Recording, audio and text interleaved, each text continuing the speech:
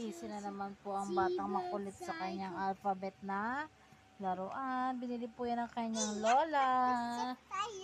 Binili ng lola yan eh. Opo. Binili ng lola yan. Kulit-kulit niyan po oh. Kukulit po yan. Ayan po, napakakulit niyan dahil day off na. Nagsising po siya ng alphabet.